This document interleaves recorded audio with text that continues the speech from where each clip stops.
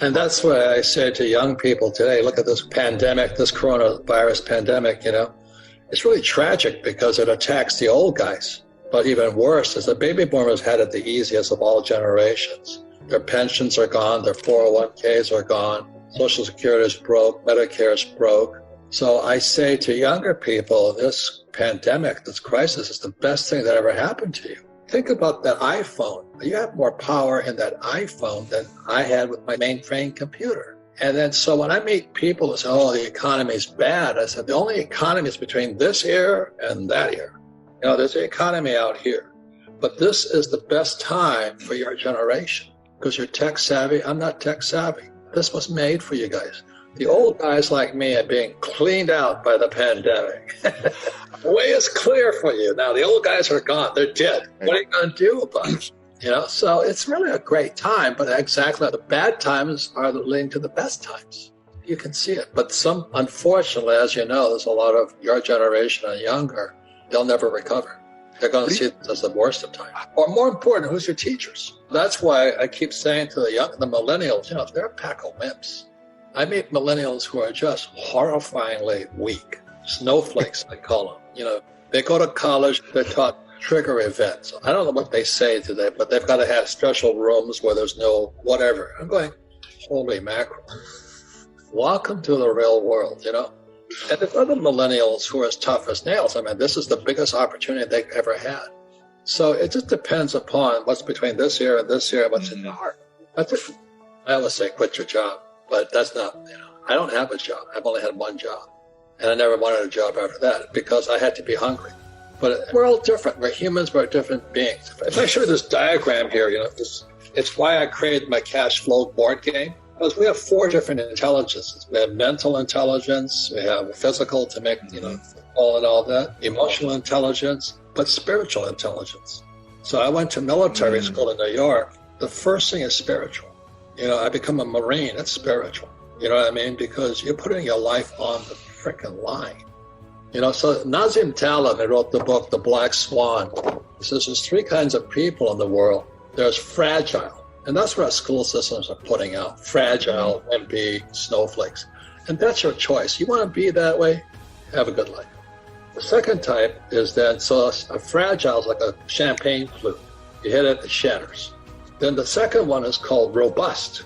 And a robust person is like the rock. You can pound on them, dump on them. They take it. But that's all they do. They take it. And then anti-fragile is somebody like you where they pound the crap out of you and you get smarter and better because of it. So I love Nassim Taleb. A lot of people call him Dr. Doom. But the way I look at this whole thing, this economy we're probably going into a depression. We're not going to get out of this. And so the thing is this good for you or bad for you? I'm looking forward to it. The last crash was 2008. And I made more money in 2008 than in my whole life. So this one here, I'm going to get even richer. But other people are going to get poor. And if they're baby boomers, they're going to blame it on this coronavirus. Oh, my health. Hey, hit the road. Put on some running shoes. Change your diet. Get some sunlight. Get healthy. Don't be a wimp.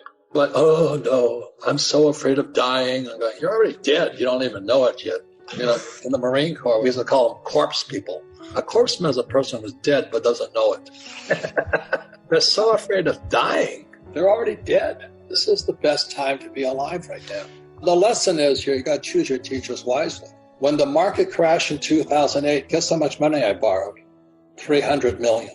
Because interest rates were dropping and real estate prices were going to the toilet. And when I walk into my banker, the state report has about a financial statement. Income statement, balance sheet, statement of cash flow. It's a book on accounting. People don't even know it's a book on accounting. So I walked into my bank with my partner and had all this property that was floating to the surface. And I say, I'll take them off your hands. Give me the money to buy the property. That's cojones. Give me the money and I'll buy your properties for you. So it depends. And this is my whole thing. I'm now 700 million, almost $1 billion in debt. You know why? Because I don't pay any taxes. The more debt I have, the less tax I pay. And the average guy goes, how do you do that? Because you have bad teachers. And so it's this whole thing that you got to choose your teachers wisely. I don't touch that garbage that Wall Street puts out. I don't have a 401k. I don't have stocks, bonds, mutual funds, ETFs. Doesn't mean you shouldn't, but I don't need them. And the other part is, look, for you young guys, the best teachers are not in colleges. The best teachers are on YouTube. Wake up.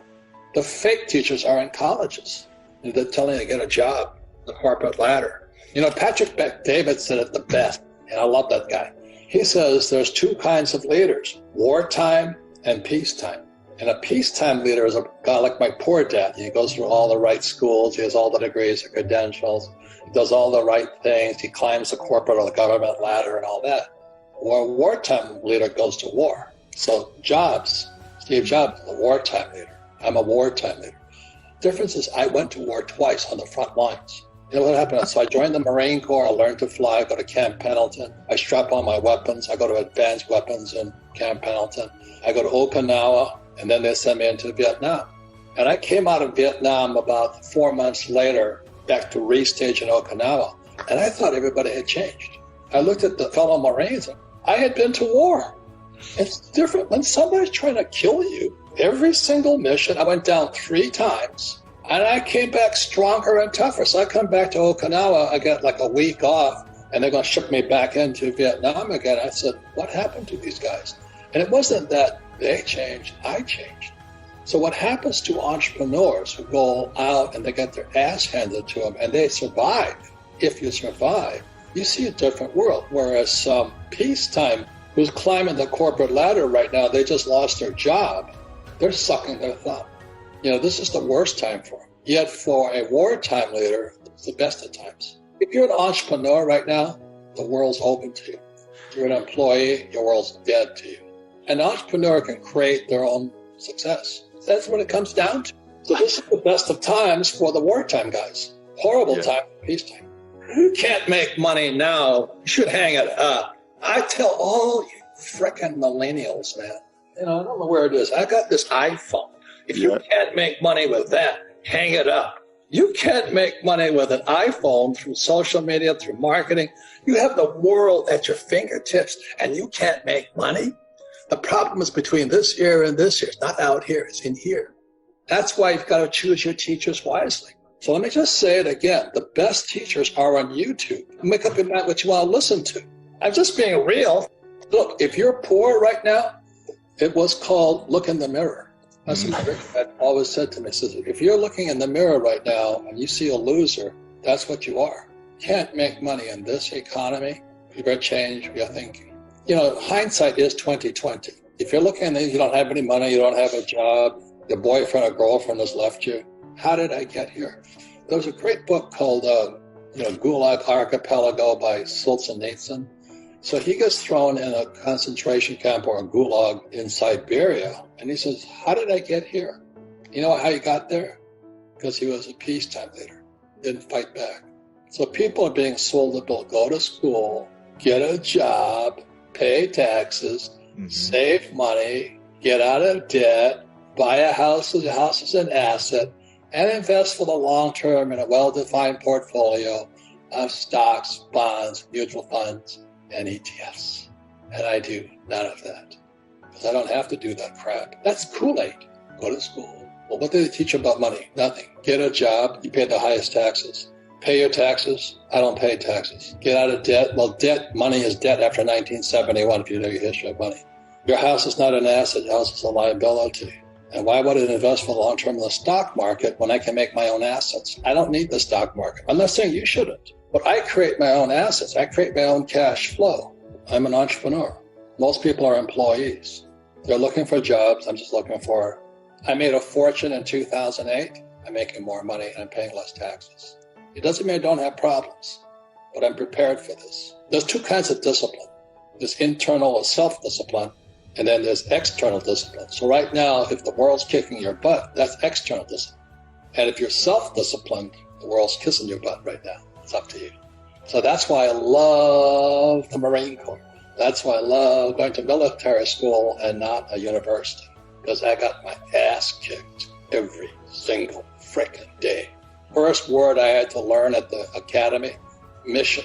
Mission is spiritual. That's your mission. And my mission has always been to serve people. Most people, all they give a f stock is making money and screwing people. That's called the Federal Reserve Bank, Wall Street, and all that. I want nothing to do with them. So I just don't play their game. But you have to get smarter not to play their game. So choose your teachers wisely. That's what I say, because I have to choose between my rich dad and my poor dad. My poor dad, PhD, poor, helpless, and desperate. And that's what he wanted me to do when I came back from Vietnam, was get my master's degree, get my PhD, and fly for the airlines. If I had done that, my friends who flew for United, they're broke. You know why they're broke? Because Wall Street stole their pensions. It's called an ESOP, Employee Stock Option Plan. The biggest crisis coming up right now after this pandemic is pensions are going to crash. That's right. You got it now. Because they're empty. Wall Street looted them. My God, wake up. Wake up. The Federal Reserve has only one purpose, is to keep the rich rich. That's their only job. So every time the market crashes, as you notice, money pumps in, they pump the prices up, the rich exit. So what's happening to the poor and middle class with their 401k and IRA right now are set? That's like saying, okay, put the handcuffs on the Titanic. It's going down. Meanwhile, the rich have got their G5 flying in to pick them up and get off the boat. They're out. Because the problem isn't in the stock market. The problem's in the repo market, commercial paper market. They don't tell you that. They don't teach you that in school. So suddenly, voila, in September, the shadow banking, which is corporate credit and commercial paper market, started to go bad in September. Oh, suddenly, pandemic. Oh, that was interesting. Funny how that appeared, So I'm not saying the pandemic isn't real. I'm saying the real crisis, it's a smokescreen for the real crisis going on right now. They're stealing your wealth through your pensions, your 401k, your IRA, through Social Security, through your taxes, through Medicare. That's why we have socialism kicking in right now. We have Bernie Sanders and AOC and Elizabeth Warren, hardcore socialists. But if you really have a financial education, we're going from capitalists, which I am.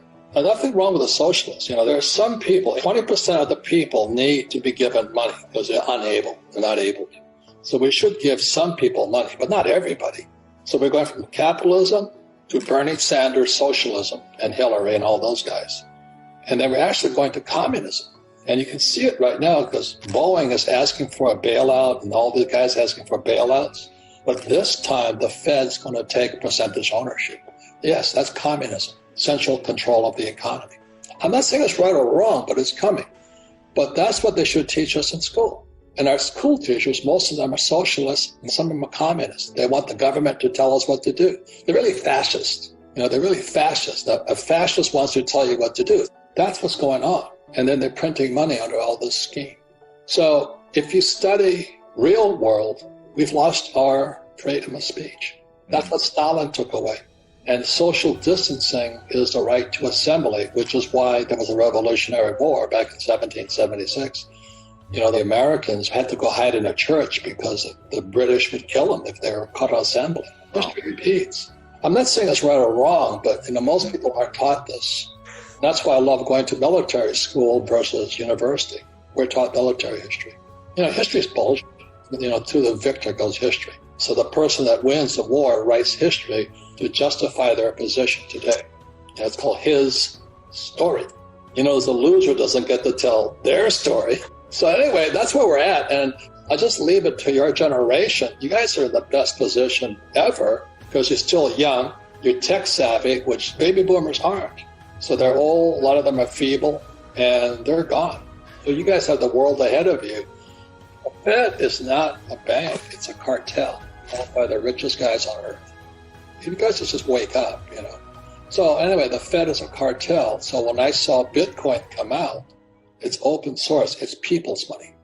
Gold and silver are God's money. So my whole objective is my system of business, but I'm buying gold and silver. I store it in other countries legally because you can't just move that stuff. You have to move it legally and declare it. So I move my money illegally. I want to get out of this country. So I keep my wealth outside this country, not because of my government. It's because there's so many people, you're going to see lawsuits are going to go up because people are desperate. They don't have any money. So when the economy gets bad, have you been in an accident? Have you been hurt? I'll come out sue them for you. So if you don't have the right corporate entity like LLCs, C corporations, S corporations, offshore accounts, money's going to be stolen. It's the real game. Your pensions, watch, in a few years, he did tell us our pensions are gone. You know what's going to happen? They're going to bail them out again. Bailout is the name of the game.